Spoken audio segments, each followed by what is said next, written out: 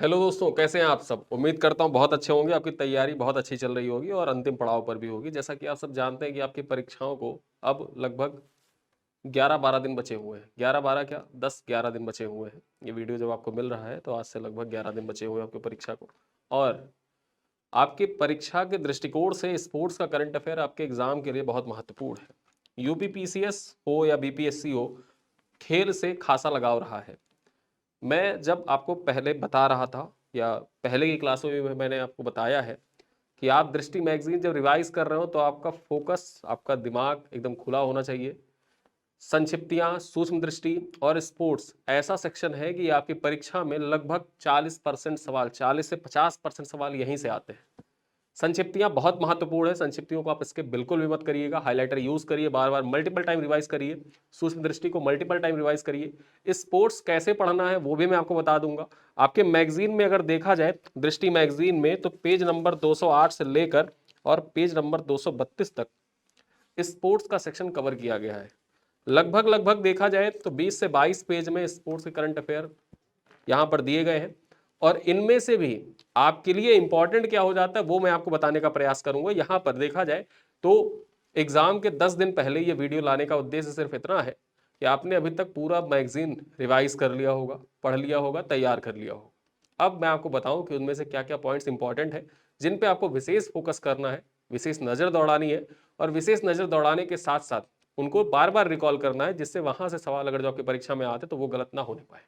Sports जब भी आप पढ़िए तो एक चीज आप अपने दिमाग में बिठा कर रखिए कि महत्वपूर्ण स्पोर्ट्स से रिलेटेड इवेंट, चाहे वो क्रिकेट से हो, फुटबॉल से हो, हॉकी से हो, टेनिस से हो, चेस से हो, जिनमें भी कोई भारतीय है, उसने पदक जीता है या पहला, दूसरा, तीसरा स्थान हासिल किया है, तो वो आपकी परीक्षा के दृष्टिकोण से इंपॉर्टेंट हो जाता है।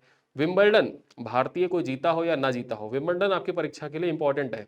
देखा जाए तो यूपीपीसीएस 2021, 2022, 23 में वहां से सवाल नहीं आए, लेकिन विंबलडन से अक्सर आपकी परीक्षा में सवाल आते रहे हैं। ठीक है। उसके साथ साथ में ओलंपिक हो गया, ओलंपिक से सवाल इंपॉर्टेंट है, आपकी परीक्षा में आ सकता है। पैरा ओलंपिक हो गया, पैरा ओलंपिक से आते हैं। एशियाई खेल हो गए, वहां से सवाल आपके आए हुए हैं। एशियाई खेल में कैसे आता है? एक तो ऐसे आता है कि जो स्पेसिफिक पदक विजेता है उनका नाम पूछ लिया। अन्यथा आपसे परीक्षा में पूछेगा पदक तालिका के बारे में, पहले स्थान पर कौन, दूसरे स्थान पर कौन, भारत का कौन सा स्थान। खेलो इंडिया यूथ गेम्स इंपॉर्टेंट हो गए, वो भी आपकी मैगजीन में दे रखी है। टेनिस हो गया, जितने विंबलडन हो गए, यूएस ओपन हो गया, ऑस्ट्रेलियन ओपन हो गया, सारी चीजें आपके मैगजीन में दी गई हैं। अब जो मैगजीन है उसमें दी तो बहुत सारी मैटर दिया गया है, लेकिन आपको याद कैसे करना है, क्या क्या पॉइंट ध्यान देना है, उन चीजों को बताने का प्रयास मैं करूंगा। इसी वजह से देखा जाए तो मैं इस वीडियो में जो इंपॉर्टेंट है, महत्वपूर्ण है, उनको बताने का प्रयास करूंगा। मैं पूरा मैगजीन लाइन टू लाइन नहीं पढ़ूंगा। ठीक है। अगर आप लाइन टू लाइन चाह रहे हैं कि मैं लाइन टू लाइन पढूं, तो आप इस वीडियो को, देखा जाए तो वीडियो के साथ साथ में अपनी किताब को खोलकर रिवाइज भी कर सकते हैं। यहाँ पर मैं आपको वो चीजें बताऊंगा जो आपके एग्जाम के दृष्टिकोण से बहुत महत्वपूर्ण है और उनको आपको हाईलाइट करना है। साथ ही साथ देखा जाए तो घटना चक्र इस बार आपके लिए एक बहुत ही इनोवेटिव आइडिया और इनोवेटिव इनिशिएटिव लेकर आया है। देखा जाए तो हमारी किताब में, जो हमारी मैगजीन आपको प्रोवाइड की गई है, वहां पर जगह जगह पर एक क्यूआर कोड दे रखा है। ये क्यूआर कोड है। ठीक है। आप चाहें तो स्क्रीनशॉट लेके इस क्यूआर कोड को स्कैन करके अभी आप ऑडियो सुन सकते हैं, जिसमें आपको स्पोर्ट्स से रिलेटेड जो Wimbledon, US open, Australian open, ठीक है, फ्रेंच ओपन, उनसे संबंधित जो महत्वपूर्ण इवेंट है, उस इवेंट से रिलेटेड ऑडियो बुक आपको यहाँ पर मिल जाएगी। ऑडियो बुक, दो लोग कन्वर्सेशन कर रहे हैं, आराम से बातें कर रहे हैं, एक दूसरे से समझने समझाने का प्रयास कर रहे हैं, तो आप आसानी से इसको समझ सकते हैं, सुन सकते हैं। ठीक है। और यहाँ पर बेसिकली जो जो पॉइंट इंपॉर्टेंट है उनको मैं बताने को प्रयास करूंगा कि मैं आपको बताऊं कि क्या क्या चीजें इंपॉर्टेंट है। अब देखिए, जैसे आप यहाँ पर टेनिस से रिलेटेड जो करंट अफेयर पढ़ेंगे, उनमें सबसे महत्वपूर्ण क्या हो जाता है, जो सवाल परीक्षा में आए हुए हैं, उन्हीं चीजों को मैं आधार बना के आपको बताने का प्रयास करूंगा। ठीक है। जो प्रीवियस ईयर में पूछे गए हैं उनको एनालाइज करने के बाद कुछ पॉइंट्स मैं आपको बताऊंगा कि इंपॉर्टेंट क्या हो जाता है। यहां पर पुरुष युगल, महिला युगल, उनसे संबंधित सवाल परीक्षा में तब आए हैं जब कोई भारतीय या तो उपविजेता रहा हो या विजेता बना हो। लेकिन ज्यादातर सवाल कौन से आए हैं?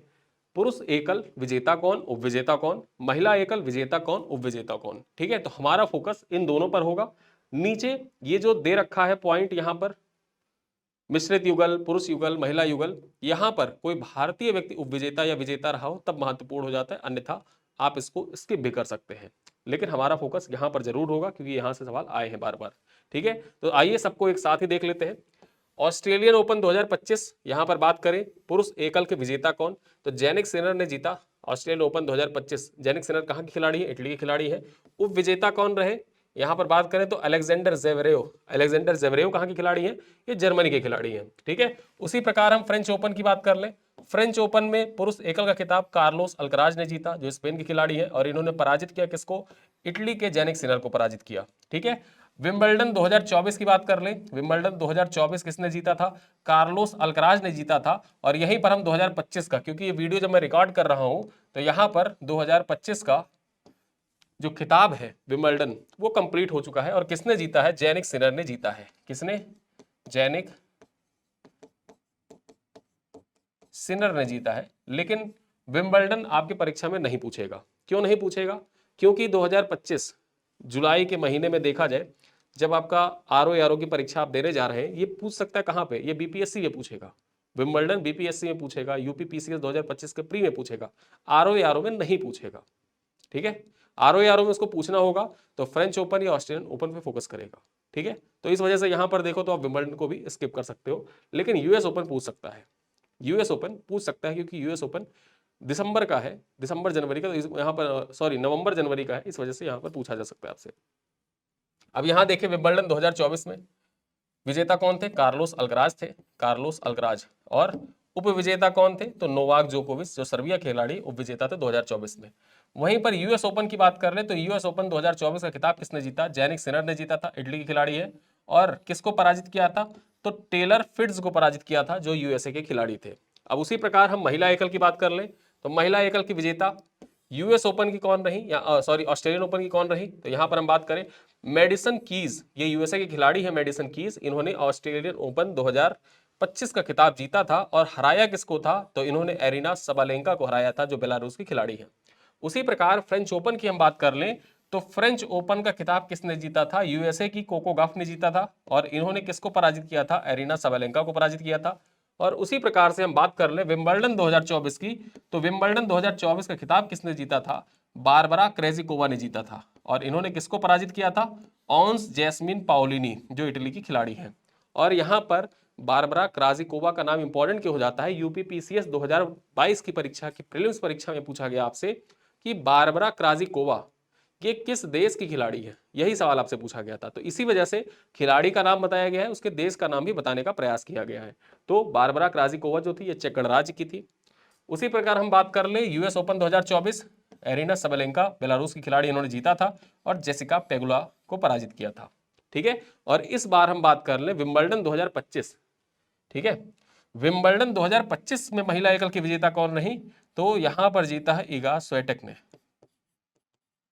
इगा स्वेटेक ने जीता है, इगा स्वेटेक, इगा स्वेटेक ने जीता। ये नाम इंपॉर्टेंट हो जाता है, ये आपके बीपीएससी और यूपीपीसीएस प्री के लिए इंपॉर्टेंट है। आरओ के लिए आप बारबरा क्राजिकोवा का नाम इंपॉर्टेंट है, याद रखिएगा। एरिना सेवेलेंका बेलारूस की खिलाड़ी, इन्होंने यूएस ओपन जीता था। विंबलडन बारबरा क्राजिकोवा चेक गणराज्य के जीता था। फ्रेंच ओपन 2025 कोको गॉफ ने जीता, यूएसए की खिलाड़ी है, एरिना सेवेलेंका को पराजित किया। उसी प्रकार ऑस्ट्रेलियन ओपन 2025 किसने जीता? तो मेडिसिन कीज ने जीता, जो यूएसए की खिलाड़ी है, और इन्होंने पराजित किसको किया? एरिना सेवेलेंका को पराजित किया था। इतना पॉइंट आपको याद रखना, हाईलाइट करके रखिए। आपका टेनिस से संबंधित जो सवाल पूछा जाएगा यहीं से कवर हो जाएगा। ठीक है, अब आइए चलते हैं आगे। यहां पर नाम सारे दे रखे हैं, आप रटना चाहें तो बैठ के रटें, लेकिन जो महत्वपूर्ण है वो मैंने आपको बता दिया। चलिए अब हम बात करते हैं यहां पर वृहद आयोजन में। सबसे पहले देखेंगे पेरिस 2024 17वें ग्रीष्मकालीन पैरालंपिक्स के बारे में। जो 17वां ग्रीष्मकालीन पैरालंपिक है, यहां पर हम बात करेंगे, और यहां पर भी जो सबसे इंपॉर्टेंट पॉइंट्स हैं उन पे चर्चा करेंगे। ठीक है, सबसे पहला पॉइंट क्या है? सबसे पहला पॉइंट तो यही है, संस्करण कौन सा है और उसका आयोजन कहां पर और कब किया गया। तो जो पैरालंपिक खेल है 17वें पैरालंपिक, सबसे पहले तो 17वां पैरालंपिक है, इसको आपको हाईलाइट करना है। कब इसका आयोजन किया गया? तो 28 अगस्त से 8 सितंबर 2024 के बीच में आयोजन किया गया। कहां पर किया गया? तो पेरिस फ्रांस में इसका आयोजन किया गया। इतना पॉइंट आपको हाईलाइट करते चलना है। आप पहले स्पोर्ट्स पढ़ चुके हैं तो रिवाइज करते चले मेरे साथ, और आपने नहीं पढ़ा है तो आप हाईलाइट करते चले मेरे साथ। ठीक है, यहां पर हम बात करें कि फ्रांस ने पैरालंपिक खेलों की मेजबानी पहली बार की है, इसको आप हाईलाइट कर सकते हैं। और यहां पर शुभंकर क्या था, शुभंकर का नाम है द फ्रीज, ठीक है, द फ्रीज इसके शुभंकर है। टोपियां हैं, जैसे फ्रांसीसी क्रांति की जो टोपियां थी उन्हीं टोपियों की आकृति पर आधारित है, तो इसको आप हाईलाइट कर सकते हैं ऐसे एज इट इज। चलिए आगे देखें,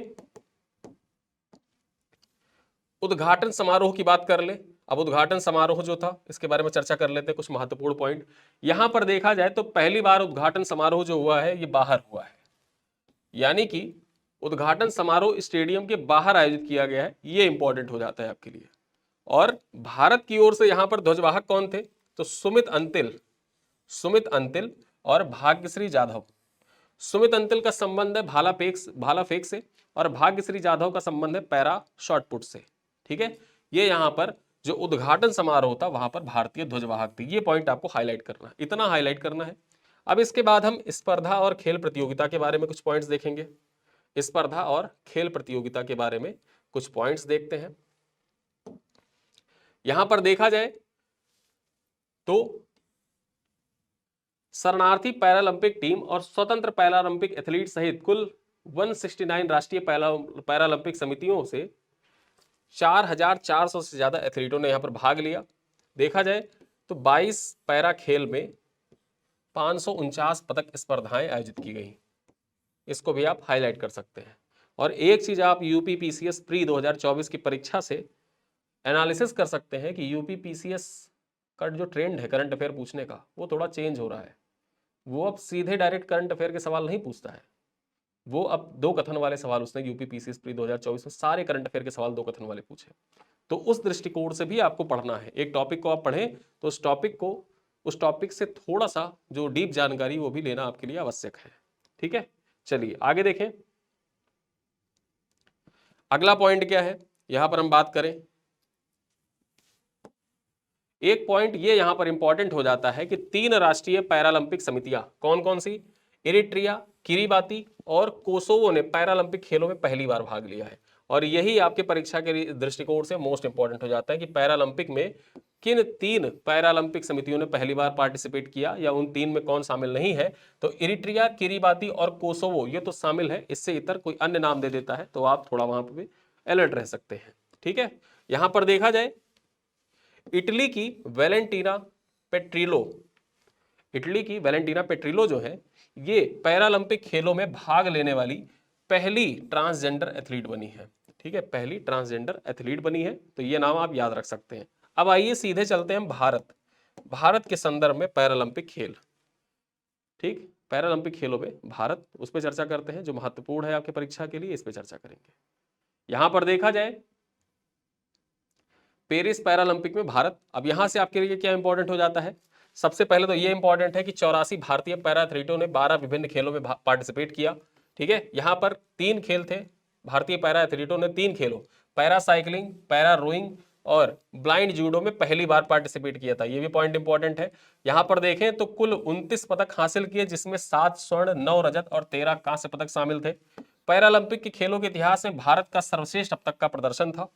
अवनी लेखरा पैरालंपिक 2020 और 2024 में 2 स्वर्ण पदक हासिल करने वाली पहली भारतीय महिला पैरा एथलीट बनी। कौन, अवनी लेखरा जो थी, इन्होंने 2020 में भी गोल्ड मेडल हासिल किया था और इस बार फिर गोल्ड मेडल हासिल किया।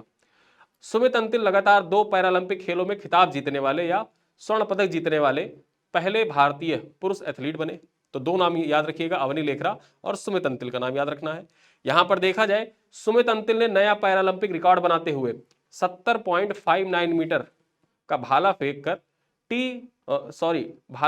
F64 स्पर्धा में स्वर्ण पदक जीता था।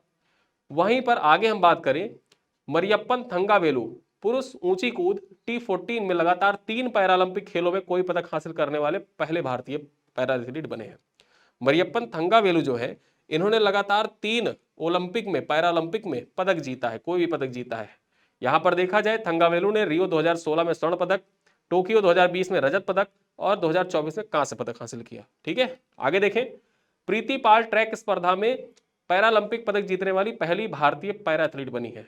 यहां पर देखें जो ट्रैक स्पर्धा होती है, ट्रैक जो दौड़ने का ट्रैक होता है उस पर पदक हासिल करने वाली पहली पैरा एथलीट कौन है, प्रीति पाल है। इनका संबंध उत्तर प्रदेश से, ये पॉइंट जाने रहिएगा। इन्होंने 2 कांस्य पदक हासिल किया था। आगे देखें, पेरिस 2024 पैरालंपिक में 2 पदक हासिल करने वाली एकमात्र खिलाड़ी कौन? एकमात्र भारतीय खिलाड़ी है प्रीति पाल, इन्होंने 2 कांस्य पदक हासिल किया था। ठीक है, चलिए शीतल देवी के बारे में जाने रहिए, पैरा तीरंदाज है, ये पैरा तीरंदाज है। सबसे युवा पदक विजेता बनी है भारत की, सबसे युवा पदक विजेता कौन? यहां पर बात करें तो शीतल देवी, मात्र 17 वर्ष की है, जम्मू कश्मीर से इनका संबंध है। ठीक है, जम्मू एंड कश्मीर की रहने वाली है, पैरा तीरंदाज है। यहां पर देखा जाए उन्होंने राकेश कुमार के साथ तीरंदाजी के मिश्र टीम कंपाउंड की स्पर्धा में कांस्य पदक जीता था। ठीक है, तो ये पॉइंट इंपॉर्टेंट हो जाता है। और हरविंदर सिंह पैरालंपिक के इतिहास में स्वर्ण पदक हासिल करने वाले भारत के पहले तीरंदाज बने। तो इस प्रकार देखा जाए तो पैरालंपिक खेल जो था वो भारत के दृष्टिकोण से बहुत ही महत्वपूर्ण था कि भारत ने अपना सबसे बेस्ट परफॉर्मेंस यहां पर दिया था। ठीक है, आगे देखें, अब सीधे आ जाते हैं पदक तालिका देख लेते हैं। सीधे पदक तालिका देखते हैं। यहां पर पहले शीर्ष 5 देखेंगे, तो शीर्ष 5 पदक तालिका, शीर्ष 5 और भारत का स्थान। ठीक है, पहले स्थान पर कौन रहा? चीन रहा, इसने 94 स्वर्ण पदक, 76 रजत पदक और 51 कांस्य पदक के साथ टोटल यहां पर देखें तो 221 पदक जीते। Great Britain 49 gold, 44 silver, 31 bronze के साथ टोटल 124 पदक जीते।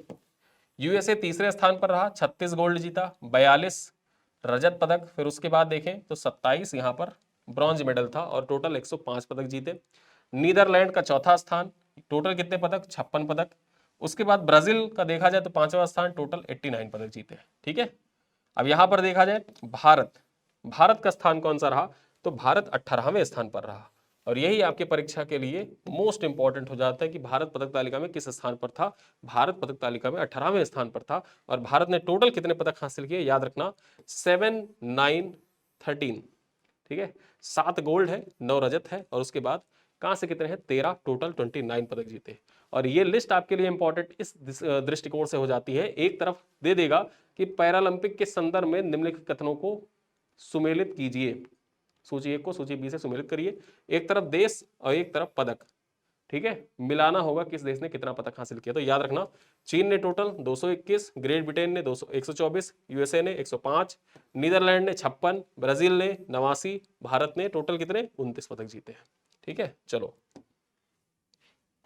अब एक नजर में पदक विजेता देख ले यहां पर कौन कौन रहे। ठीक, अवनी लेखरा, यहां पर हम बात करें पैरा निशानेबाज है, ये उनकी कैटेगरी कौन सी है, किस स्पर्धा में भाग लिया, उतना मिलान करने के लिए इंपॉर्टेंट नहीं है, लेकिन आप ये याद रख सकते हैं किसने किसने पदक जीता। तो अवनी लेखरा ने। फिर उसके बाद हम बात करें यहाँ पर जो गोल्ड मेडल है, गोल्ड मेडल की बात कर रहा हूँ, भारतीय स्वर्ण पदक किसने किसने जीता? तो अवनी लेखरा ने जीता है। सुमित अंतिल, हरविंदर सिंह, नीतीश कुमार, धर्मवीर, प्रवीण कुमार और उसके बाद नवदीप सिंह। नवदीप सिंह यहाँ पर देखा जाए भाला फेंक से संबंधित, छोटे हाइट के थे, आपको याद होगा। फिर उसके बाद प्रवीण कुमार देखा जाए ऊंची कूद में इन्होंने जीता है।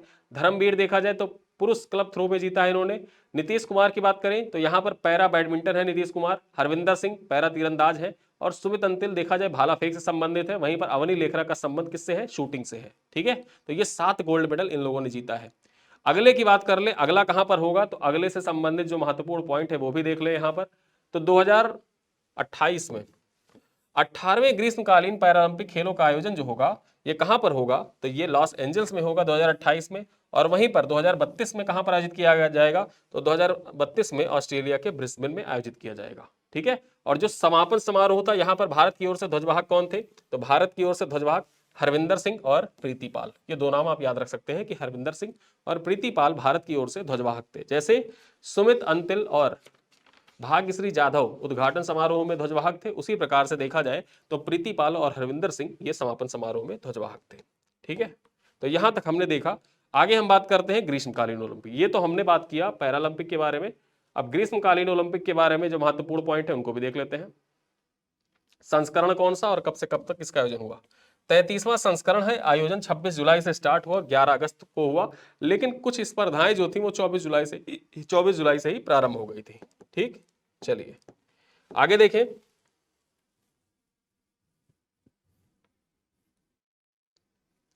यहां पर बात करें कि पेरिस ने इन खेलों को सर्वाधिक 3 बार 1990 2000 एक पॉइंट 1900 में, फिर 1924 में और सन 2024 में मेजबानी करने के बाद लंदन के रिकॉर्ड की बराबरी कर ली है।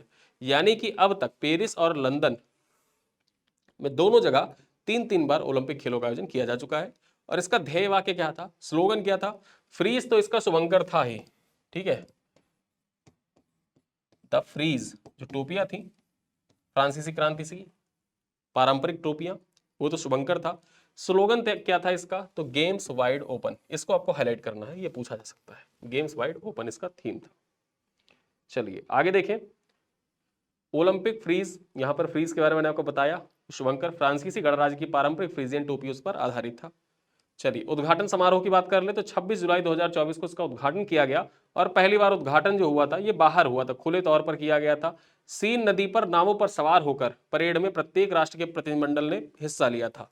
यहाँ पर भारत की ओर से जो ध्वजवाहक थे वो कौन थे? भारत की ओर से ध्वजवाहक याद रखिएगा कि जो ग्रीष्मकालीन ओलंपिक थी उसमें पीवी सिंधु जो थी ध्वजवाहक के तौर पर, तथा टेबल टेनिस के खिलाड़ी हैं अचंत शरत कमल, ठीक है, अचंत शरत कमल और पीवी सिंधु, ये यहां पर ध्वजवाहक के तौर पर सम्मिलित हुए थे।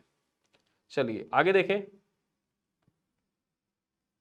यहां पर बात कर ले खेल प्रतिस्पर्धाएं और पदक। 206 देश राष्ट्रीय ओलंपिक समिति के अतिरिक्त शरणार्थी ओलंपिक टीम के स्वतंत्र ओलंपिक एथलीटों सहित कुल 10,500 खिलाड़ियों ने यहां पर पार्टिसिपेट किया था, ठीक है, 10,000।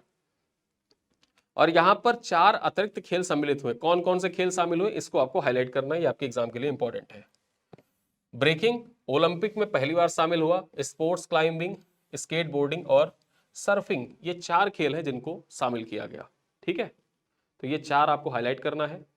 आगे देखें, एक अन्य महत्वपूर्ण पॉइंट ये हो जाता है, पेरिस 2024 में 4 देशों, कौन कौन? डोमिनिका, सेंट लूसिया, बोत्सवाना और ग्वाटेमाला ने ओलंपिक खेलों में अपना पहला स्वर्ण पदक जीतने में सफलता प्राप्त की। पहली बार इन्होंने स्वर्ण पदक जीता 2024 में, ठीक है। तो ये 4 देश आपके लिए इंपॉर्टेंट हो जाते हैं। और लियोनन मर्चेंट, जो लियोन मर्चेंट थे ये सर्वाधिक सफल खिलाड़ी रहे, सर्वाधिक सफल खिलाड़ी। यहां पर देखा जाए 4 स्वर्ण 1 कांस्य पदक जीतकर पेरिस ओलंपिक 2024 में सर्वाधिक स्वर्ण, यहां पर सर्वाधिक सफल खिलाड़ी रहे।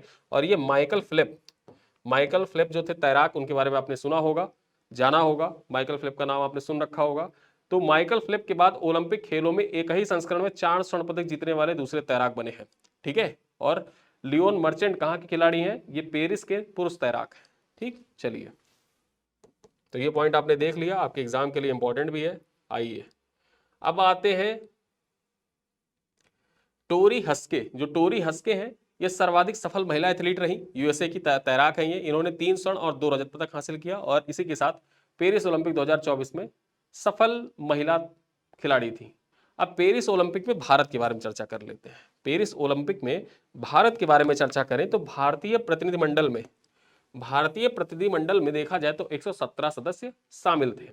उसके बाद देखा जाए तो 16 खेलों में 69 पदक स्पर्धाओं में इन्होंने भाग लिया, ठीक है। सबसे उम्रदराज खिलाड़ी कौन? तो रोहन बोपन्ना जो थे सबसे उम्रदराज खिलाड़ी, तथा सबसे यंग खिलाड़ी कौन? तो 14 वर्षीय महिला तैराक थी धीनिधि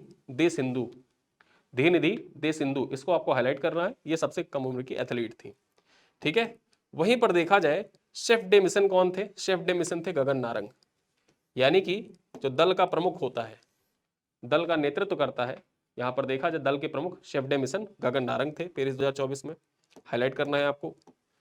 आगे देखें, यहां पर यह पॉइंट इंपॉर्टेंट हो जाता है कि भारत के पूर्व दिग्गज निशानेबाज अभिनव बिंद्रा को ओलंपिक मूवमेंट में उत्कृष्ट सेवाओं के लिए ओलंपिक ऑर्डर से सम्मानित किया गया। परीक्षाओं से पूछे कि ओलंपिक मूवमेंट में उत्कृष्ट सेवाओं के लिए किसको ओलंपिक ऑर्डर से सम्मानित किया गया है? अभिनव बिंद्रा को, ठीक है। यहां पर बात करें, भारत ने 1 रजत 5 कांस्य सहित कुल 6 पदक जीते। 1 रजत 5 कांस्य के सहित कुल 6 पदक जीते। और बात कर ले यहां पर कुछ अन्य महत्वपूर्ण पॉइंट में तो देखें तो यहां पर जो मनु भाकर है, तो ओलंपिक खेलों में कोई पदक जीतने वाली पहली भारतीय महिला निशानेबाज बनी है मनु भाकर। इन्होंने 10 मीटर एयर पिस्टल में कांस्य पदक हासिल किया था। पदक पेरिस ओलंपिक में भारत का पहला पदक था। मनु भाकर ने पहला पदक जीता था 10 मीटर एयर पिस्टल, ठीक है, स्पर्धा में मनु भाकर ने कांस्य पदक जीता था। आगे हम बात करें यहां पर हॉकी टीम के बारे में, पुरुष हॉकी टीम ने भी कांस्य पदक जीता। स्वप्निल कुसाले निशानेबाजी में इन्होंने कांस्य पदक जीता। अमन शहरावत ने कांस्य पदक जीता फ्री स्टाइल कुश्ती में। नीरज चोपड़ा ने रजत पदक जीता भाला फेंक में। मनु भाकर ने कांस्य पदक 10 मीटर एयर पिस्टल में। मनु भाकर तथा सरबजीत सिंह ने कांस्य पदक 10 मीटर एयर पिस्टल मिश्रित युगल में जीता था। महत्वपूर्ण परिणाम क्या रहे यहां पर देखा जाए तो महत्वपूर्ण परिणाम एक नजर में देखते हैं। हॉकी का परिणाम जानना आपके लिए इंपॉर्टेंट है। जो पुरुष हॉकी था, पुरुष हॉकी में देखा जाए तो स्वर्ण पदक किसको मिला? नीदरलैंड को मिला स्वर्ण पदक। रजत जर्मनी को और कांस्य पदक मिला था भारत को। ठीक है, भारत ने 52 वर्षों के पश्चात वर्ष 1968 और 1972 पुरुष हॉकी में लगातार 2 ओलंपिक खेल में कांस्य पदक जीता था। ठीक है, और यहां पर सर्वाधिक गोल किसने किया? तो हरमनप्रीत ने सर्वाधिक गोल किया था। अब आइए चलते हैं सीधे सीधे हम देखते हैं सबसे महत्वपूर्ण जो पदक तालिका है उसको देख लेते हैं एक बार, और पदक तालिका के बाद हम आगे बढ़ेंगे। पदक तालिका में पहले स्थान पर कौन? यूएसए रहा। टोटल कितने पदक? 126 पदक, जिसमें 40 स्वर्ण, 44 रजत और 42 कांस्य शामिल था। दूसरा स्थान चीन का रहा। टोटल 91 पदक यहां पर हासिल किए, 40 स्वर्ण, 27 रजत और 24 कांस्य पदक। तीसरा स्थान जापान का रहा। टोटल 45 पदक हासिल किए, 20 स्वर्ण, 12 रजत और 13 कांस्य पदक। भारत कौन से स्थान पर रहा? भारत का स्थान था 71। भारत का स्थान कौन सा? 71 स्थान था भारत का। यहां पर बात करें तो पैरा खेलों में, ठीक, पैरा खेलों में भारत की रैंक क्या थी? तो पैरा खेलों में भारत का स्थान था 18वां। ठीक है, और जो नॉर्मल खेल होते हैं इनमें हम बात कर रहे हैं तो भारत की रैंक क्या थी? तो भारत की रैंक थी 71, 71वें स्थान पर था भारत। ठीक है, तो ये 2 पॉइंट याद रखिएगा। और यहां पर देखें इस बार कोई भी स्वर्ण पदक नहीं आया। भारत ने 1 रजत नीरज चोपड़ा ने जीता, 5 कांस्य पदक जीते, टोटल 6 पदक जीते थे। ठीक है, चलो अगले ओलंपिक की बात कर ले तो अगला ओलंपिक यहां पर बात करें कहां पर आयोजित किया जाएगा? 2028 में लॉस एंजल्स में आयोजित किया जाएगा। समापन समारोह जो था, समापन समारोह में ध्वजवाहक कौन? तो पीआर श्रीजेश और स्टार निशानेबाज मनु भाकर जो थी समापन समारोह में भारतीय ध्वजवाहक थे। यहीं पर बात करें तो 34वां जो ओलंपिक खेल होगा 2028 में लॉस एंजल्स में होगा, और 35वां खेल कहां पर होगा? ये प्रस्तावित है ऑस्ट्रेलिया के ब्रिस्बेन में। ठीक है, तो यहां पर इतने पॉइंट्स को हमने जानने का प्रयास किया जो आपके एग्जाम के दृष्टिकोण से इंपॉर्टेंट थे। अब चलिए हम लोग चलते हैं आईसीसी इवेंट्स में। आईसीसी पुरुष टी20 विश्व कप 2024। अब ये जो आईसीसी पुरुष टी20 विश्व कप 2024 है, इससे संबंधित जो महत्वपूर्ण पॉइंट है उनको देखा जाए तो वेस्ट इंडीज तथा संयुक्त राज्य अमेरिका की संयुक्त मेजबानी में आईसीसी पुरुष टी20 विश्व कप के 9वें संस्करण का आयोजन किया गया। मेजबान कौन? वेस्ट इंडीज और यूएसए। ठीक है, आयोजन कब हुआ था? तो 1 से 29 जून 2024 के मध्य इसका आयोजन किया गया था। और यहां पर बात करें फाइनल मुकाबला कहां पर खेला गया था? तो 29 जून 2024 को ब्रिज टाउन बारबाडोस स्थित केसिंगटन ओवल स्टेडियम में आयोजित किया गया था फाइनल मुकाबला। ठीक है, चलिए देखें तो फाइनल मुकाबला भारत और दक्षिण अफ्रीका के बीच हुआ था, और दक्षिण अफ्रीका पहली बार विश्व कप एक दिवसीय टी20 के फाइनल में इसने जगह बनाई थी। दक्षिण अफ्रीका था 7 रन से पराजित हो गया था भारत से। भारतीय टीम ने दूसरा टी20 विश्व कप का खिताब जीता था। जसप्रीत बुमराह जो थे, तेज गेंदबाज जसप्रीत बुमराह, टूर्नामेंट के सर्वश्रेष्ठ खिलाड़ी इनको घोषित किया गया था। हाईलाइट करना है आपको ये पॉइंट्स। ठीक है, ऑस्ट्रेलिया के तेज गेंदबाज यहां पर देखें पेट कमिंस, वो टी20 विश्व कप के इतिहास में लगातार 2 मैचों में हैट्रिक लेने वाले पहले गेंदबाज बने थे। जो पेट कमिंस थे ये लगातार टी20 के इतिहास में 2 मैचों में हैट्रिक लेने वाले, 3-3 विकेट लेने वाले पहले गेंदबाज बने थे। वहीं पर बात करें तो क्रिस जॉर्डन, ये इंग्लैंड के खिलाड़ी हैं, ये टी20 विश्व कप 2024 में हैट्रिक लेने वाले दूसरे गेंदबाज बने। भारत द्वारा फाइनल मुकाबले में बनाया गया स्कोर कितना था? भारत ने 7 विकेट खोकर 176 रन बनाए थे टी20 विश्व कप में, और फाइनल मुकाबले में अब तक का सबसे बड़ा स्कोर भी है ये। ठीक है, 37 वर्ष 60 दिन की अवस्था में टी20 विश्व कप का खिताब जीतने वाले रोहित शर्मा सर्वाधिक उम्रदराज कप्तान भी बने। ठीक, तो ये पॉइंट हमने देख लिया। चलिए आगे देखें, आईसीसी विश्व कप टेस्ट चैंपियनशिप 2023-25। अब ये 2023-25 जो आईसीसी विश्व कप टेस्ट चैंपियनशिप है इसके बारे में पॉइंट पे चर्चा कर ले तो यहां देखा जाए 11 से 14 जून 2025 को इसका आयोजन किया गया। कहां पर? Lord's cricket ground London UK में इसका आयोजन हुआ। चैंपियन कौन रही? दक्षिण अफ्रीका चैंपियन रही। पहला खिताब था दक्षिण अफ्रीका ने जीता। उपविजेता किसको पराजित किया? दक्षिण अफ्रीका ने ऑस्ट्रेलिया को पराजित किया। और यहां पर मैच के सर्वश्रेष्ठ खिलाड़ी कौन रहे? दक्षिण अफ्रीका के एडन मार्करम रहे। और इनको देखा जाए तो जून महीने के लिए, ठीक, जून 2025 के लिए ICC player of the month, player of the month का किताब भी दिया गया है। ठीक है, ICC player of the month का किताब किसको दिया गया? तो एडम मार्करम को दिया गया, जो दक्षिण अफ्रीका के खिलाड़ी हैं। चलिए आगे हम बात करें।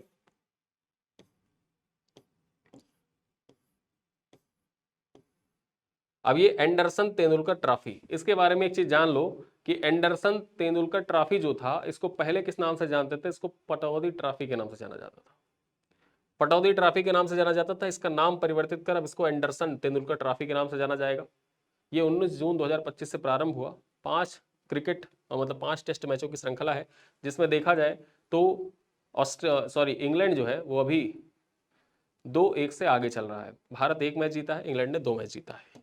अब यहाँ आईपीएल की बात कर लेते हैं, सीधे पहुंचते हैं आईपीएल पे। आईपीएल आपके परीक्षा के लिए इंपॉर्टेंट भी है। यहाँ पर हम बात करें तो 22 मार्च से 3 जून 2025 के बीच, 22 मार्च से 3 जून 2025 के बीच इसका आयोजन किया गया। और टोटल कितने टीमों ने पार्टिसिपेट किया? तो 10 टीमों ने पार्टिसिपेट किया। ये आपके PYQ है, ये आपका PYQ है। सवाल यहाँ से आ चुका है। कुल मैच कितने खेले गए? 74 मैच खेले गए। और टाइटल प्रायोजक कौन था? यहाँ पर टाटा ग्रुप, टाटा आईपीएल, आपने सुना होगा टाटा आईपीएल। ठीक है, तो टाइटल प्रायोजक कौन? टाटा ग्रुप था। और फाइनल मुकाबला कहाँ पर हुआ था? तो फाइनल मुकाबला नरेंद्र मोदी स्टेडियम, जिसको पहले आप मोटेरा स्टेडियम के नाम से जानते थे, हाउडी मोदी इवेंट जो हुआ था। ठीक है, लेकिन मोटेरा स्टेडियम का नाम परिवर्तित कर नरेंद्र मोदी स्टेडियम कर दिया गया। यहीं पर पंजाब किंग्स और रॉयल चैलेंजर बेंगलोर RCB के बीच में फाइनल मुकाबला हुआ था। ठीक है, चले आगे देखें। चैंपियन कौन रहा? तो रॉयल चैलेंजर बेंगलोर पहला खिताब जीता। सर्वाधिक मूल्यवान खिलाड़ी कौन रहे? सूर्य कुमार यादव मुंबई इंडियंस के सर्वाधिक मूल्यवान खिलाड़ी रहे। उसके बाद हम बात करें तो यहां पर देखा जाए ऑरेंज कप, या जो सर्वाधिक रन बनाता है उसको ऑरेंज कप मिलता है। तो इसका खिताब किसको मिला? साई सुदर्शन, जो गुजरात टाइटंस के खिलाड़ी थे। यहां पर देखें तो 759 रन इन्होंने बनाया था। पर्पल कैप का खिताब किसको मिला? पर्पल कैप उसको मिलता है जो सर्वाधिक विकेट लेता है। ये भी गुजरात टाइटंस के खिलाड़ी हैं, प्रसिद्ध कृष्णा, इन्होंने 25 विकेट लिए थे, इनको प्रदान किया गया था। ठीक है, आगे हम देखें महिला 1 दिवसीय अंतरराष्ट्रीय त्रिपक्षीय श्रृंखला। अब यहाँ पर जो त्रिपक्षीय श्रृंखला है, द्विपक्षीय श्रृंखला है, उनको हम देखेंगे नहीं, वो हमारी परीक्षा के लिए उतना महत्वपूर्ण नहीं है। हमारी परीक्षा के लिए ऐसे इवेंट, स्पोर्ट्स इवेंट ज़्यादा इंपॉर्टेंट जो बहुराष्ट्रीय हो। ठीक है, तो हम उन पे ज़्यादा फोकस करेंगे। चलिए आगे देखें, तो इसको आप खुद से देख लीजिएगा, जो पॉइंट आपको इंपॉर्टेंट लगे उसको आप हाईलाइट कर सकते हैं। यहाँ पर BCCI के द्वारा जो अनुबंध किया गया है कि कौन ग्रुप A के खिलाड़ी होंगे, कौन ग्रुप A+ के खिलाड़ी होंगे। तो ग्रुप A में देखा जाए, जो ग्रुप A+ और A, इनको देख लेते हैं। A+ में रोहित शर्मा, विराट कोहली, जसप्रीत बुमराह और रविंद्र जडेजा 4 खिलाड़ी शामिल हैं तथा A कैटेगरी जो है ग्रुप A, ग्रेड A, वहां पर देखा जाए तो मोहम्मद सिराज, KL राहुल, शुभमन गिल, हार्दिक पांड्या और मोहम्मद शमी, साथ साथ ऋषभ पंत। ठीक है, तो ये अनुबंध होता है और ये अनुबंध 1 अक्टूबर 2024 से 30 सितंबर 2025 के लिए है। BCCI के द्वारा कुल 34 खिलाड़ियों से अनुबंध किया गया सीनियर पुरुष टीम में। और उनको देखा जाए 7 करोड़ रुपए जो ग्रेड A+ होते हैं उनमें, इन कैटेगरी में 7 करोड़ रुपए दिए जाते हैं। साथ ही साथ 5 करोड़ का अनुबंध होता है जो ग्रेड A में शामिल होते हैं। ठीक है, तो यहाँ पर इसको हमने देख लिया। अब आपके लिए इंपॉर्टेंट हो जाता है वुमेन प्रीमियर लीग। अब वुमेन प्रीमियर लीग से संबंधित जो महत्वपूर्ण पॉइंट है उनको देख लेते हैं। 14 फरवरी से 15 मार्च 2025 के बीच इसका आयोजन हुआ। टोटल 5 टीमें यहाँ पर पार्टिसिपेट की। कुल मैचों की संख्या थी 22। फाइनल मैच हुआ था ब्रेबॉर्न स्टेडियम मुंबई में। कहाँ पर? ब्रेबॉर्न स्टेडियम मुंबई में हुआ था। और यहाँ पर विजेता कौन रहे ये भी देख लीजिए, आपके लिए इंपॉर्टेंट है। परिणाम क्या रहा? विजेता मुंबई इंडियंस की टीम महिला है, मतलब महिला टीम जो थी मुंबई इंडियंस, वो विजेता रही। दूसरा खिताब था यहाँ पर इनका, ठीक है, मुंबई इंडियंस का दूसरा खिताब था जो उन्होंने जीता था। उप विजेता कौन रही? तो दिल्ली कैपिटल्स। ठीक है, दिल्ली कैपिटल्स जो महिला टीम थी दिल्ली कैपिटल्स की, वो उप विजेता रही। आपके एग्जाम के लिए इंपॉर्टेंट हो जाता है कि वुमेन प्रीमियर लीग किसने जीता? मुंबई इंडियंस ने जीता है, दूसरा खिताब था इनका। चलिए अब यहाँ पर कुछ इसी से संबंधित जो अवार्ड है उनको भी देख लेते हैं। यहाँ पर भी ऑरेंज कप पर पर्पल कैप दिया गया। यहाँ पर देखें तो जो ऑरेंज कैप पर्पल कैप था उसको देख लेते हैं। सर्वाधिक मूल्यवान खिलाड़ी कौन? नताली सीवरब्रंट, मुंबई इंडियंस के खिलाड़ी हैं। वहीं पर देखिए ऑरेंज कैप, जो सर्वाधिक रन किसको दिया गया, मतलब सर्वाधिक रन बनाने का खिताब जो था ऑरेंज कैप, किसको दिया गया? तो नताली सीवरब्रंट को दिया गया। इन्होंने बनाए 523 रन। पर्पल कैप सर्वाधिक विकेट लेने वाले को दिया जाता है, अमीलिया केर को दिया गया, मुंबई इंडियंस के खिलाड़ी है, इन्होंने 18 विकेट लिए थे। ठीक है, चलिए अब चलते हैं हम आगे। वहां पर देखें तो भारतीय क्रिकेट टीम का ऑस्ट्रेलिया दौरा। मैंने आपको बताया कि जो द्विपक्षीय दौरे हैं वो हमारे परीक्षा के लिए उतने ज्यादा महत्वपूर्ण नहीं, इस वजह से इसको आप खुद देखिएगा, इसको आप खुद से देख के आप हाईलाइट करिएगा। ठीक है, अब यहां पर हम देखेंगे आईसीसी अंडर 19 महिला टी20 विश्व कप 2025 इंपॉर्टेंट है, यहां से सवाल बन सकता है आपके एग्जाम में।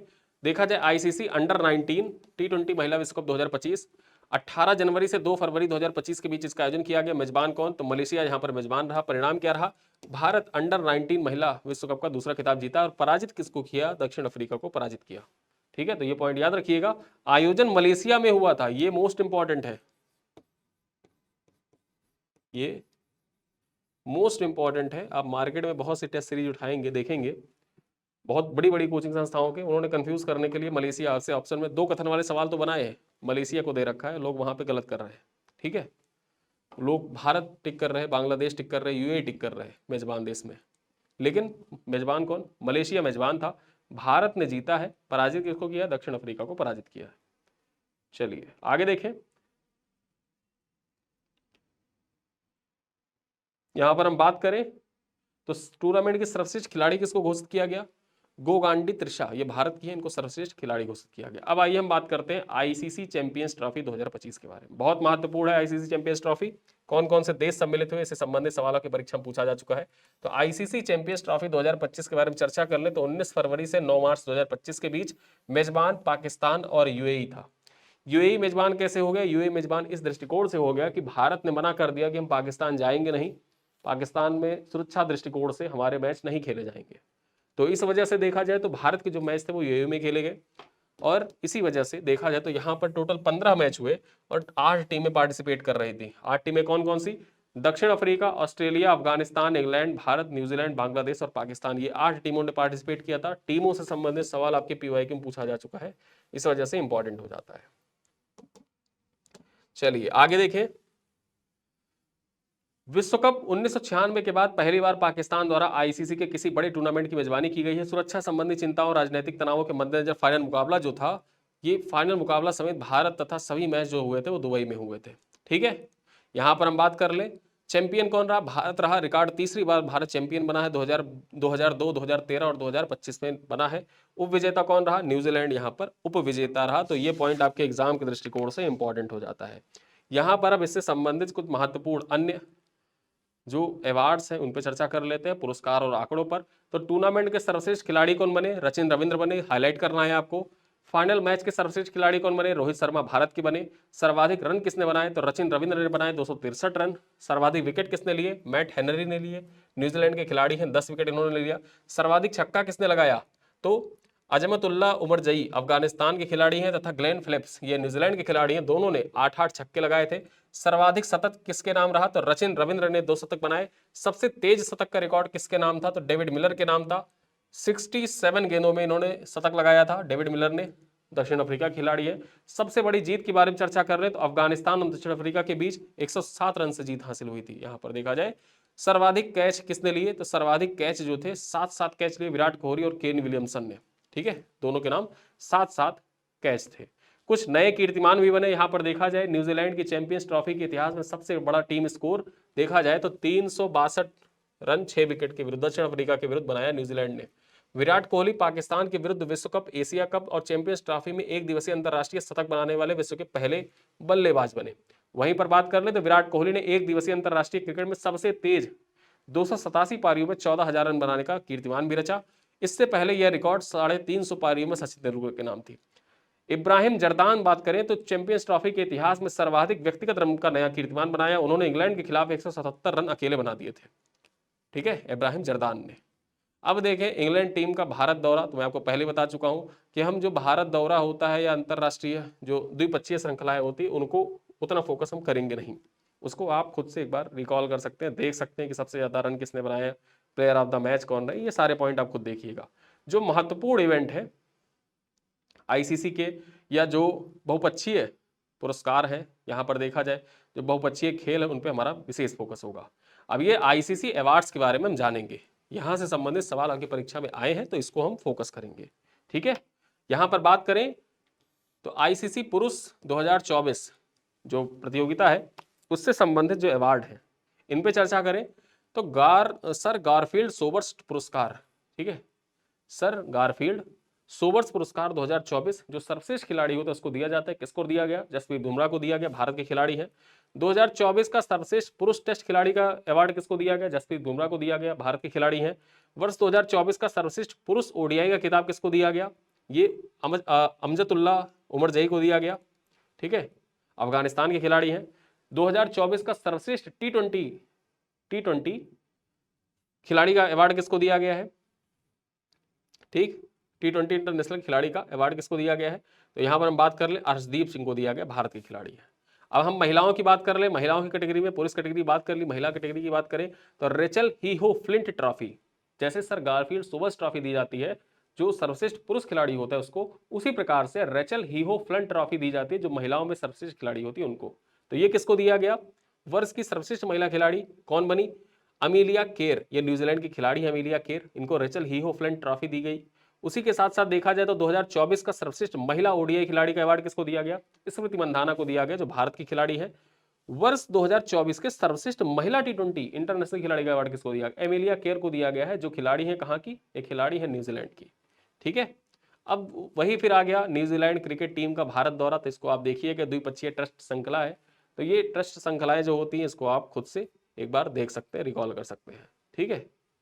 फिर बांग्लादेश टीम का भारत दौरा, ये आप खुद से देखिएगा, इसको आप एक बार खुद से रिकॉल कर सकते हैं, लेकिन जो इंपॉर्टेंट आईसीसी इवेंट है उनको हम देखेंगे। आईसीसी महिला टी20 विश्व कप 2024 बात करें यहां पर तो 3 से 20 अक्टूबर 2024 के बीच इसका आयोजन हुआ। 10 टीमों ने हिस्सा लिया और यहां पर मेजबान कौन था? तो संयुक्त अरब अमीरात इसका मेजबान था, संयुक्त अरब अमीरात इसका मेजबान था। यहां पर हम बात कर लें परिणाम क्या रहा, तो चैंपियन यहां पर देखा जाए न्यूजीलैंड महिला टीम जो थी वो चैंपियन रही, पहला खिताब था न्यूजीलैंड महिला। उपविजेता कौन? दक्षिण अफ्रीका की जो महिला टीम थी वो उपविजेता रही, ठीक है। चलिए आगे देखें, भारतीय क्रिकेट टीम का श्रीलंका दौरा, तो फिर वही आ गया यहाँ पर, द्विपक्षीय दौरा है यहाँ पर, तो द्विपक्षीय दौरा आप खुद से इसको एक बार रिकॉल करिएगा। हम यहाँ पर जो इंपॉर्टेंट अन्य इवेंट है उनको देखते हैं, रणजी वगैरह देखते हैं। तो घरेलू श्रृंखलाएं कौन कौन सी है, इन ये आपके लिए इंपॉर्टेंट है, यहाँ से सवाल आए हुए हैं। कर्नल सीके नायडू ट्रॉफी 2024-25 13 अक्टूबर से लेकर 1 मार्च 2025 के बीच इसका आयोजन हुआ। लंबा इवेंट होता है, ठीक है। कर्नल सीके नायडू ट्रॉफी जो है, विजेता कौन रही? पंजाब विजेता रही, उप विजेता मुंबई रही।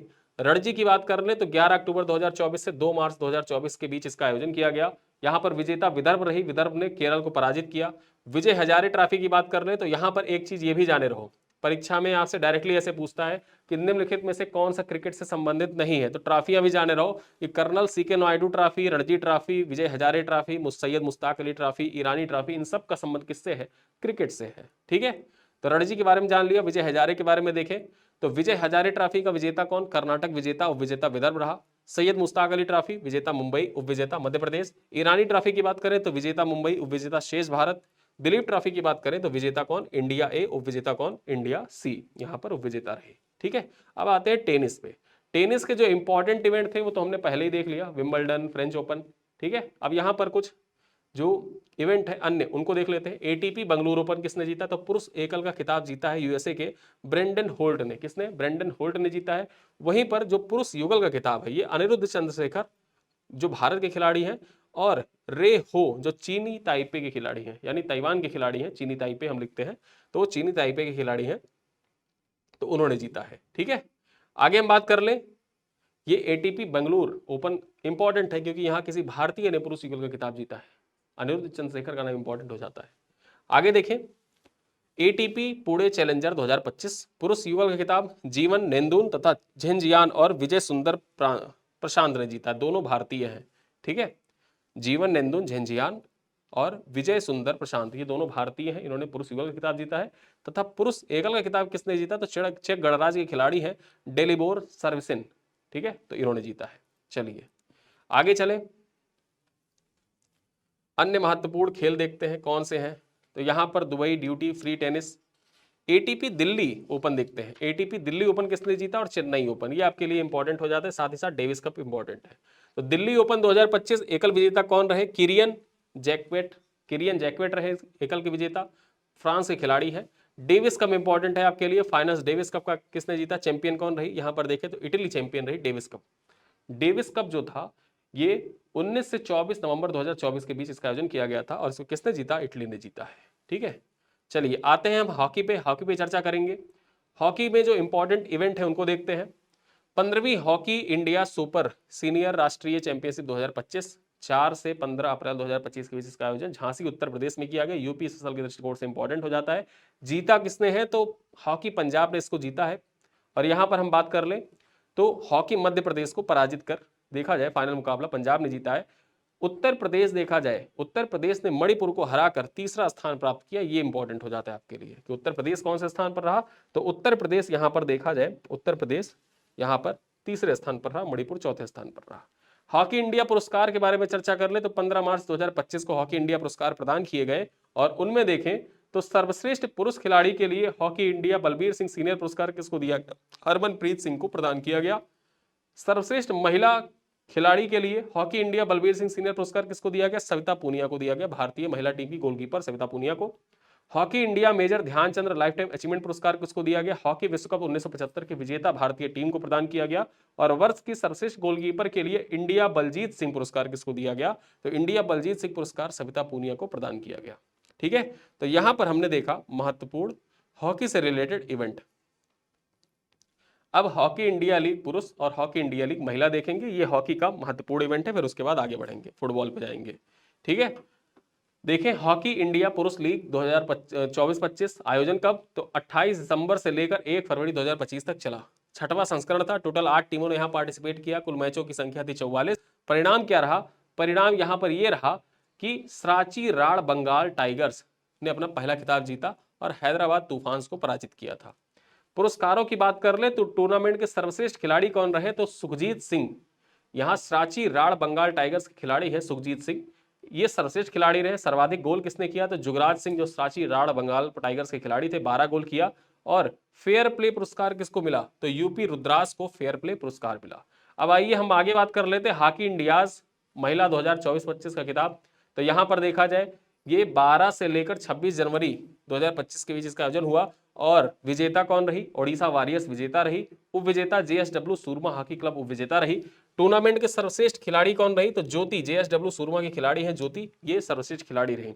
पुरुष जूनियर एशिया कप 2024 के बारे में चर्चा करें तो 26 नवंबर से लेकर 4 दिसंबर 2024 के बीच इसका आयोजन किया गया और यहां पर इसका जो मेजबान था वो कौन था? मस्कट ओमान में इसकी मेजबानी, मस्कट ओमान के द्वारा इसकी मेजबानी की गई। विजेता भारत रहा। भारत ने पुरुष जूनियर हॉकी एशिया कप 2024 का खिताब जीता था पाकिस्तान को पराजित कर। आगे हम बात कर ले महिला जूनियर हॉकी एशिया कप 2024 का खिताब किसने जीता? यहां पर देखें तो विजेता भारत, उप विजेता कौन? चीन रहा। ठीक है, तो यहां पर हमने जो फुटबॉल से संबंधित महत्वपूर्ण इवेंट, हॉकी से संबंधित महत्वपूर्ण इवेंट थे उन पे चर्चा की। अब आइए हम चलते हैं फुटबॉल पे। जो फुटबॉल के महत्वपूर्ण इवेंट हैं उन पे चर्चा करते हैं, ये इंपॉर्टेंट हो जाता है आपके लिए। ठीक है, फुटबॉल यहां पर बात करें शेफ अंडर 19 चैंपियनशिप 2025 का आयोजन कहां पर किया गया? पहली बार अरुणाचल प्रदेश में किया गया। यूपिया अरुणाचल प्रदेश में इसका आयोजन किया गया। परिणाम क्या रहा कि शेफ अंडर 19 चैंपियनशिप 2025 में विजेता भारत रही, उप विजेता बांग्लादेश रही। यहां पर बात कर ले यूईएफए चैंपियंस लीग 2024-25। ठीक है, विजेता कौन? पेरिस सेंट जर्मेन ने अपना पहला खिताब जीता यूईएफए चैंपियंस लीग में। वहीं पर यूरोपा लीग की बात कर ले तो यूरोपा लीग किसने जीता? तो टाइटन हम हॉटस्पर एफसी ने जीता। ठीक है, टाइटन हम हॉटस्पर फुटबॉल क्लब जो है उसने जीत लिया है यूरोपा लीग 2024-25 का खिताब। महिला चैंपियंस लीग का खिताब किसने जीता? तो आर्सेनल ने जीता है, दूसरा खिताब था आर्सेनल का। और यूईएफए महिला चैंपियंस लीग का खिताब आर्सेनल ने जीता है।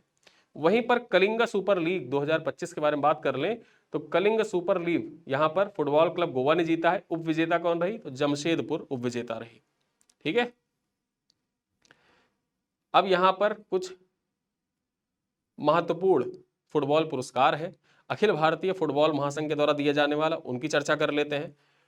वर्ष के सर्वश्रेष्ठ पुरुष खिलाड़ी का अवार्ड किसको दिया गया? तो सुभाषिस बोस को दिया गया है। सर्वश्रेष्ठ महिला खिलाड़ी का अवार्ड सौम्या गुगुलोथ को दिया गया। किसको? सौम्या गुगुलोथ को सर्वश्रेष्ठ महिला खिलाड़ी का अवार्ड दिया गया है। सर्वश्रेष्ठ पुरुष गोलकीपर किसको बताया गया पूरे साल का? तो विशाल कैथ को बताया गया। वहीं पर सर्वश्रेष्ठ महिला गोलकीपर का तो एलिंगबाम पुंथोई चानू, एलिंगबॉम पुंथोई चानू जो है ये सर्वश्रेष्ठ महिला गोलकीपर है भारतीय टीम की पूरे साल की। ठीक है, चलिए आगे चलते हैं।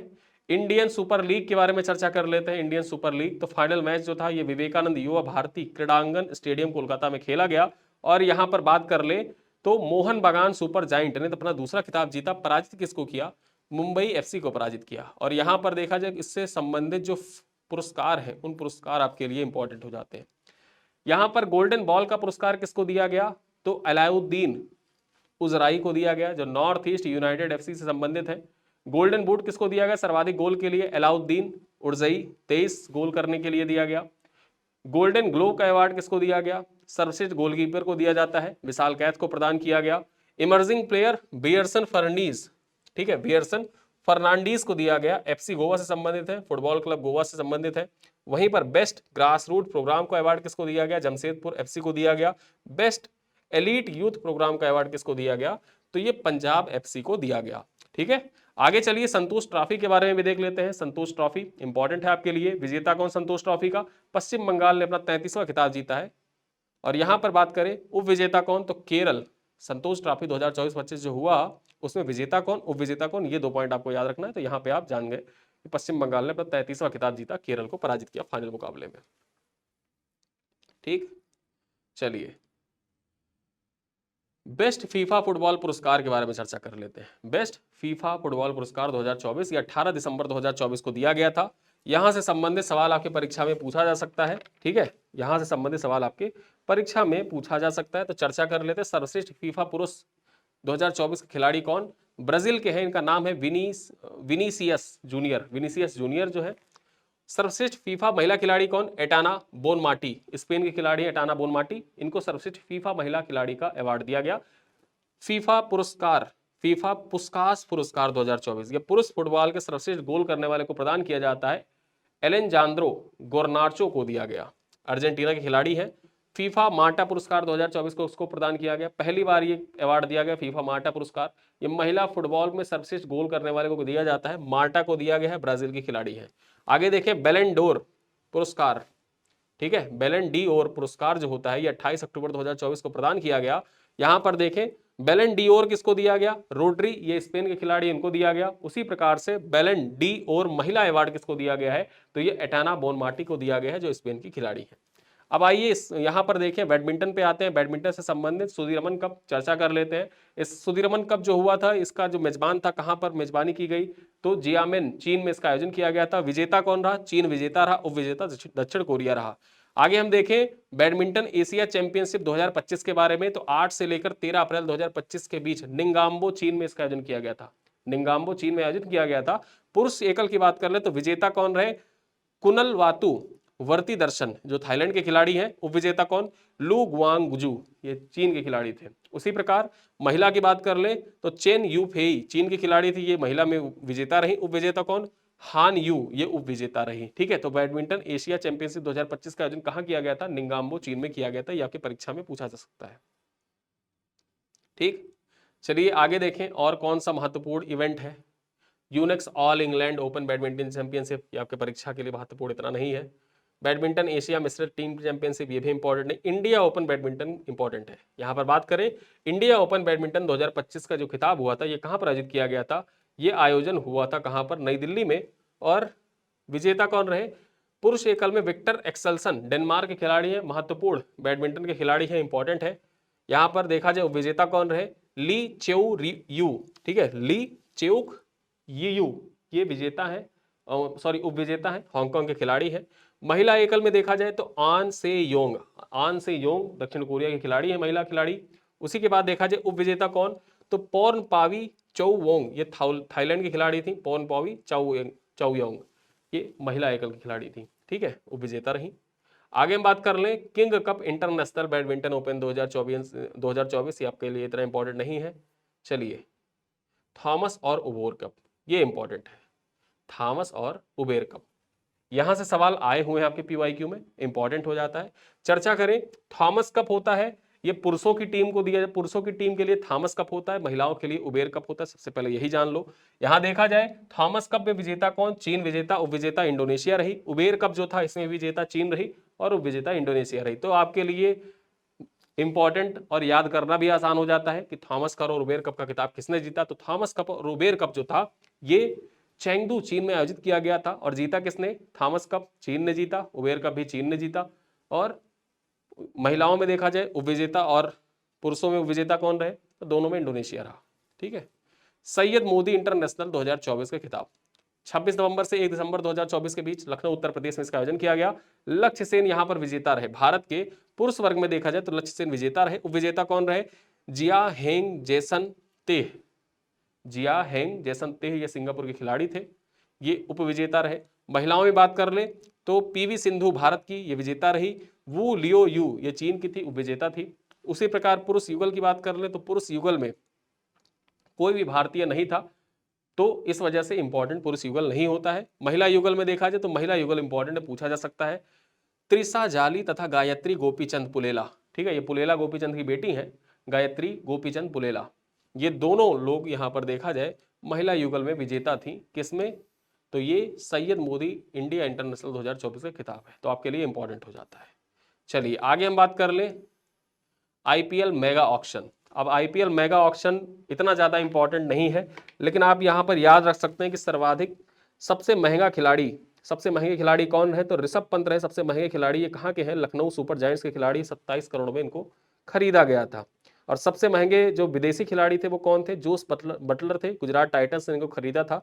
15.75 करोड़ रुपए इनको 15.75 करोड़ रुपए में इनको खरीदा था। और सबसे इंपॉर्टेंट एक चीज ये भी हो जाता है कि वैभव सूर्यवंशी जो थे, ठीक है, वैभव सूर्यवंशी जो थे वो सबसे युवा क्रिकेटर थे। 13 साल की उम्र में इनको खरीदा गया था और इनको राजस्थान रॉयल्स ने 1.1 करोड़ रुपए में खरीदा था। ठीक है, चलो तो यहां पर हमने बात कर ली आईपीएल ऑक्शन के बारे में। अब चलिए देखते हैं आगे।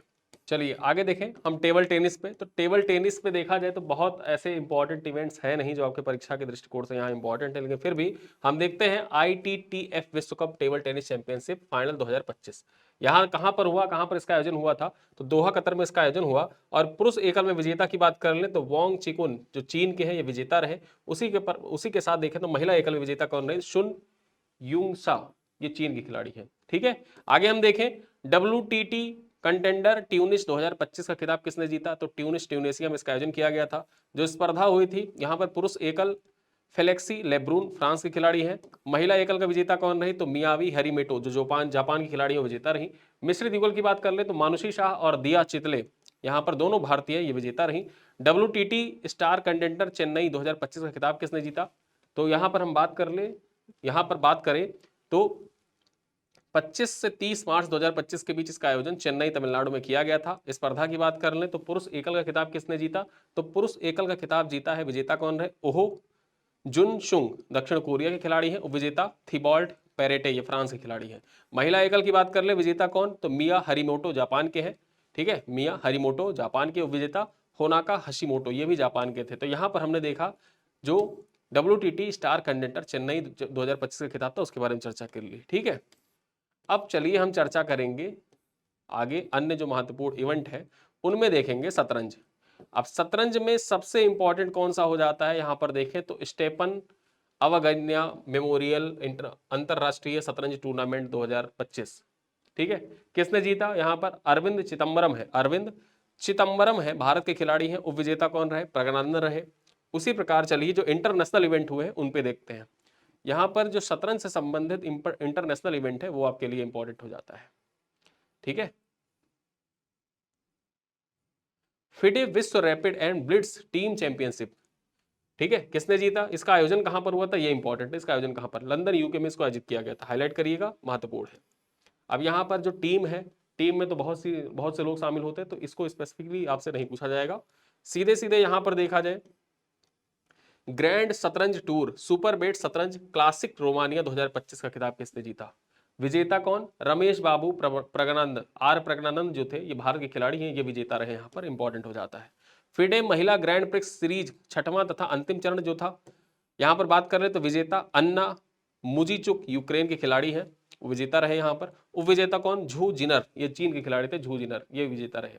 ठीक है, वहीं पर महिला ग्रैंड प्रिक्स की बात कर ले तो झू जिनर चीन की समग्र विजेता। और समग्र उपविजेता कौन? एलेक्जेंड्रिया गोरना चकिना, ये रूस के खिलाड़ी हैं। यहाँ पर देखा जाए तो ये उपविजेता रही समग्र रूप से।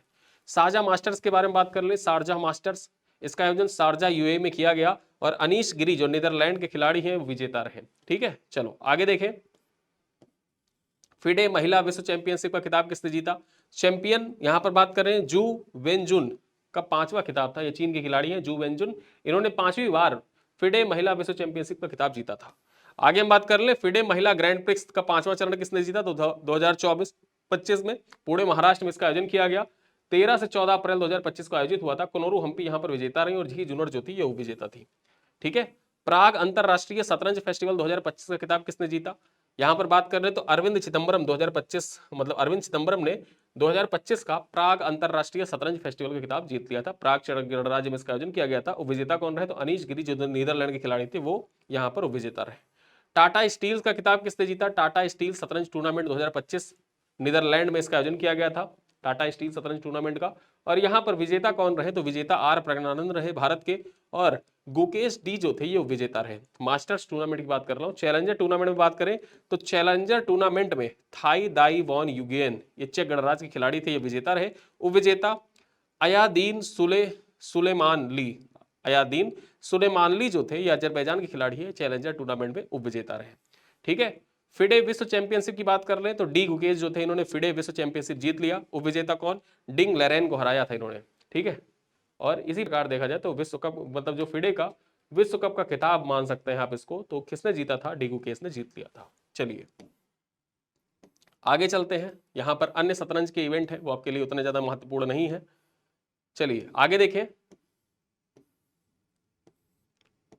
ग्लोबल शतरंज लीग, यहां पर एथलेटिक्स से संबंधित पॉइंट्स देखते हैं। एथलेटिक्स से संबंधित जो इंपॉर्टेंट पॉइंट है उनको देखते हैं, आपके एग्जाम के लिए इंपॉर्टेंट भी हो जाते हैं, यहाँ से सवाल आ भी सकता है। ठीक है, अब एथलेटिक्स में देखें तो सबसे पहले इंपॉर्टेंट ये हो जाता है डायमंड लीग। डायमंड लीग जो था ये किसने जीता? डायमंड लीग का खिताब किसने जीता? पुरुषों का भाला फेंक प्रतियोगिता है डायमंड लीग। यहां पर देखा जाए तो विजेता कौन रहे? नीरज चोपड़ा रहे। 88.16 मीटर का भाला फेंक कर उन्होंने जीत लिया था। डायमंड लीग पेरिस में आयोजित किया गया था। उपविजेता कौन?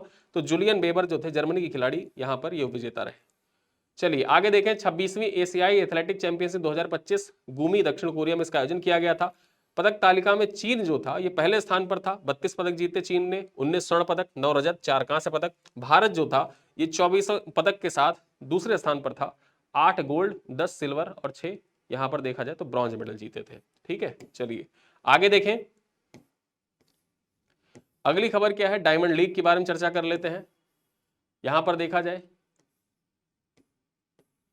डायमंड लीग पे आते हैं। डायमंड लीग दोहा 2025 के बारे में चर्चा कर ले तो 16 मई 2025 को डायमंड लीग दोहा 2025 का खिताब जीता जूलियन बेबर ने जीता। ठीक है, और उप विजेता कौन रहे? यहां पर उप विजेता रहे नीरज चोपड़ा। ठीक, डायमंड लीग फाइनल की बात कर ले तो एंडरसन पीटर्स जो ग्रेनेडा के खिलाड़ी हैं यहां पर विजेता रहे।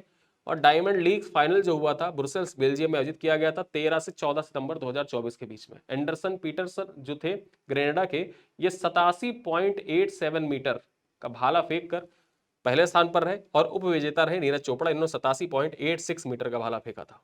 ठीक है, चलिए अब आते हैं निशानेबाजी पे। आईएसएसएफ विश्व कप राइफल पिस्टल म्यूनिक 2025 के बारे में चर्चा कर लेते हैं।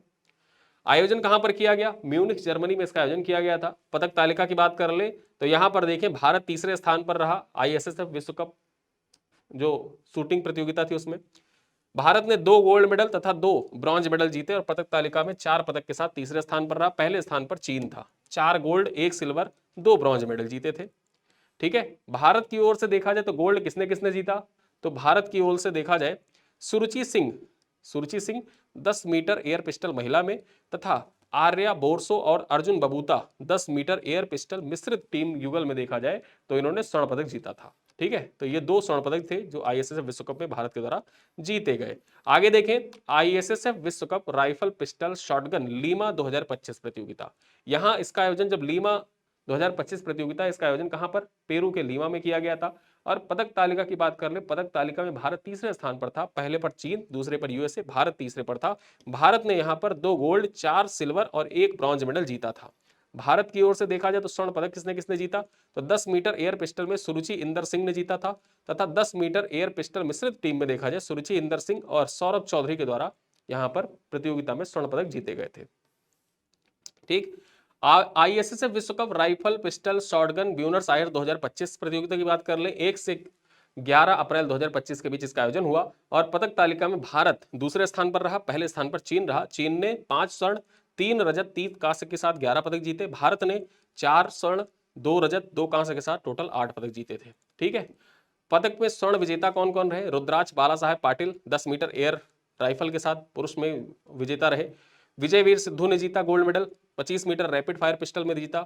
सिप्त कौर सामरा में देखा जाए तो 50 मीटर राइफल 3 पोजीशन महिला का खिताब जीता और सुरुचि इंदर सिंह ने 10 मीटर एयर पिस्टल में गोल्ड मेडल जीता था। ठीक है, चलिए आगे देखें, बिलियर्ड्स के बारे में चर्चा कर लेते हैं। उसके पूर्व हम लोग देखते हैं मुक्केबाजी। विश्व मुक्केबाजी कप ब्राजील 2025 में इसका आयोजन किया गया। पदक तालिका में बात कर रहे हैं तो भारत दूसरे स्थान पर रहा, 1 गोल्ड 1 सिल्वर 4 ब्रॉन्ज के साथ यहाँ पर टोटल 6 पदक हासिल किए। और भारत की ओर से जो पदक विजेता थे वो कौन थे? हितेश गुलिया ने विश्व मुक्केबाजी चैंपियनशिप में पहली बार स्वर्ण पदक हासिल किया। स्वर्ण पदक यहाँ पर इनको मिला, 70 किलोग्राम वर्ग कैटेगरी में इन्होंने स्वर्ण पदक हासिल किया। और अविनाश जामवाल है, इन्होंने 65 किलोग्राम वर्ग कैटेगरी में देखा जाए तो रजत पदक जीता। ठीक है, बिलियर्ड्स स्नूकर स्क्वैश प्रतियोगिता में बात कर लें तो यहां पर हम बात करें ज्यूरिख स्विट्जरलैंड में इसका आयोजन 22 से 27 अप्रैल 2025 के बीच किया गया था। और खास बात यह हो जाती है तो अली फरग जो है ये मिस्र के खिलाड़ी हैं, ये विजेता रहे पुरुषों में। और महिलाओं में बात कर लें तो नूरान गोहर ये भी मिस्र की खिलाड़ी है, ये महिलाओं में विजेता रही। ठीक है, IBSF विश्व बिलियर्ड चैंपियनशिप की बात कर लें, कार्लो आयरलैंड में आयोजित किया गया था। विजेता कौन? सौरभ कोठारी थे IBSF विश्व बिलियर्ड चैंपियनशिप 2025 के विजेता। उपविजेता पंकज आडवाणी। ठीक है, आगे देखें SRFI इंडियन टूर स्क्वैश 2025 प्रतियोगिता, ये इतना महत्वपूर्ण है नहीं। ठीक है, इसको आप स्किप भी कर सकते हैं या आप खुद से एक बार देख लीजिएगा इसको। जो महत्वपूर्ण है, जो परीक्षा में आने वाले हैं या जहां से POQ सवाल बने हुए हैं उनको मैं कराने का प्रयास कर रहा हूं। ज्यादा फोकस मेरा उन्हीं पर है ताकि 1 से 1.5 घंटे के अंदर आपके महत्वपूर्ण जो इवेंट है वो रिवाइज भी हो सके। चलिए आगे चलते हैं। यहाँ पर हम जो ग्रैंड प्रिक्स है इसको आप एक बार देख सकते हैं खुद से।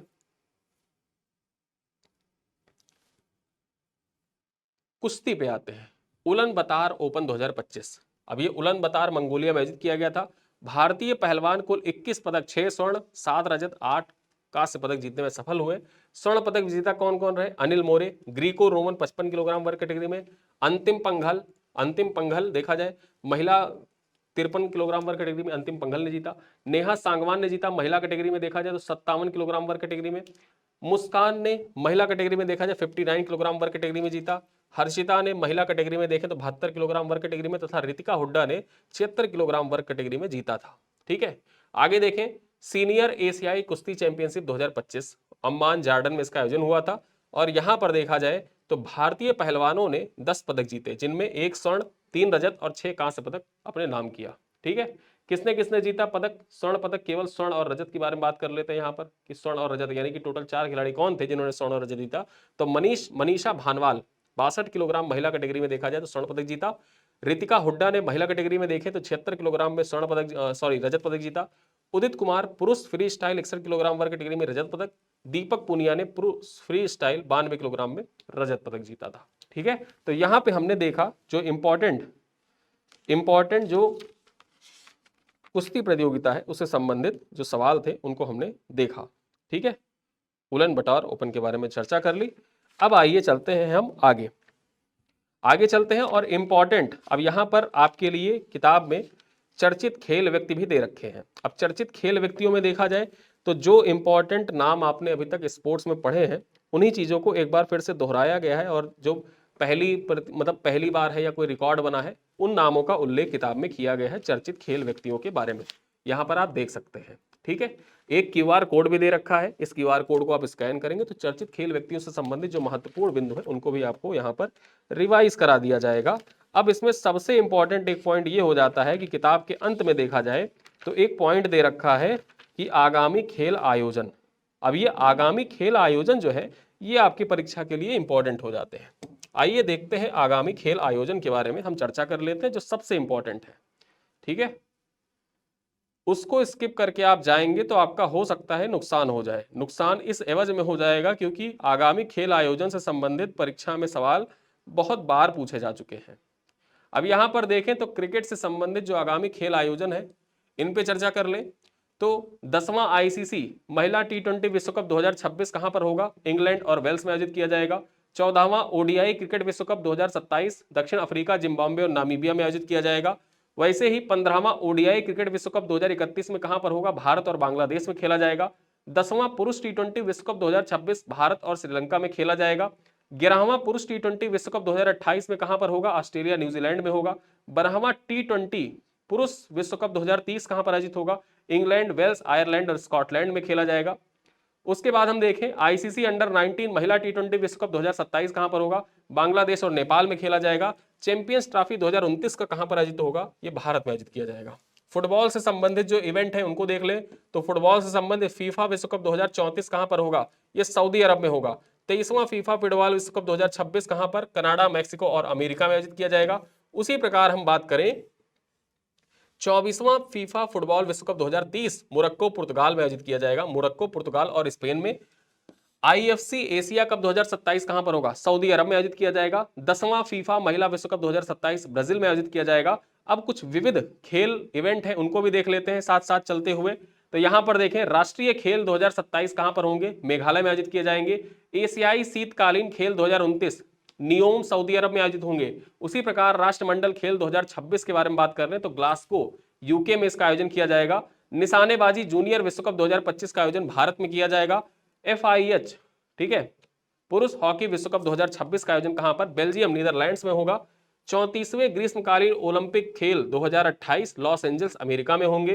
35वें ग्रीष्मकालीन ओलंपिक खेल कहां पर होंगे? ब्रिस्बेन, ऑस्ट्रेलिया में होंगे। और उसके बाद देखें तो 36वें ग्रीष्मकालीन ओलंपिक जो होंगे 2036 के लिए देखा जाए तो भारत अपनी दावेदारी कर रहा है गुजरात में आयोजित करने के लिए। ठीक है, आगे देखें 20वें एशियाई खेल का आयोजन कहां पर किया जाएगा? जो 20वें एशियाई खेल 2026 है इनका आयोजन आईची नागोया में किया जाएगा।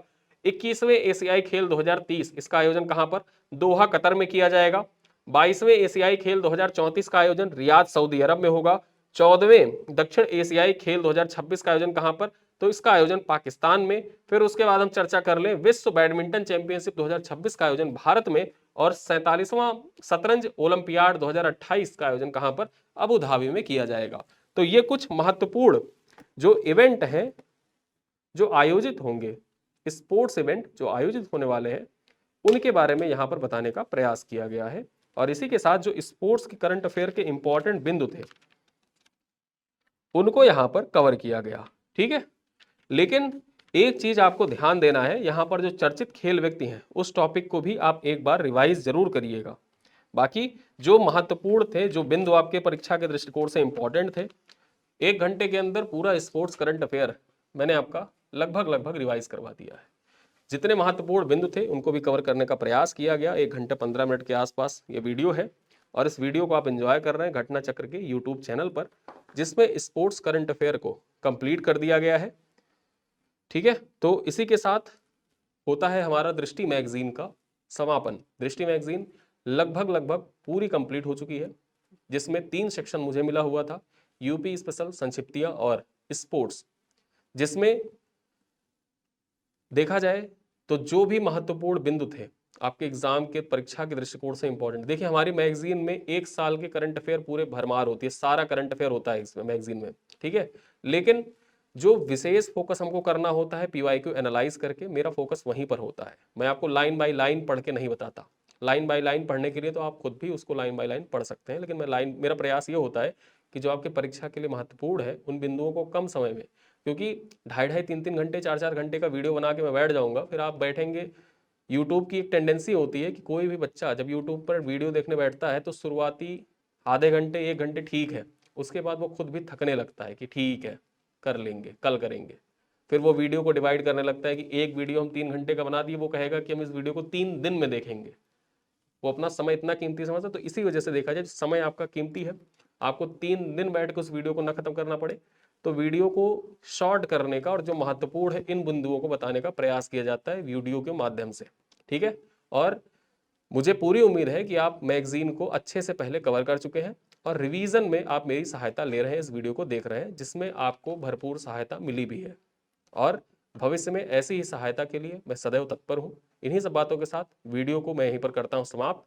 आपको आगामी परीक्षा के लिए बहुत ढेर सारी शुभकामनाएं। उम्मीद करता हूं आप सब अपनी परीक्षा में सफल हो और आरओ की मुख्य परीक्षा के लिए फिर से एक बार आप हम लोगों से वापस से जुड़ेंगे। इन्हीं सब शुभकामनाओं के साथ मैं लेता हूं विदा। मिलते हैं अगली क्लास में, तब तक के लिए धन्यवाद।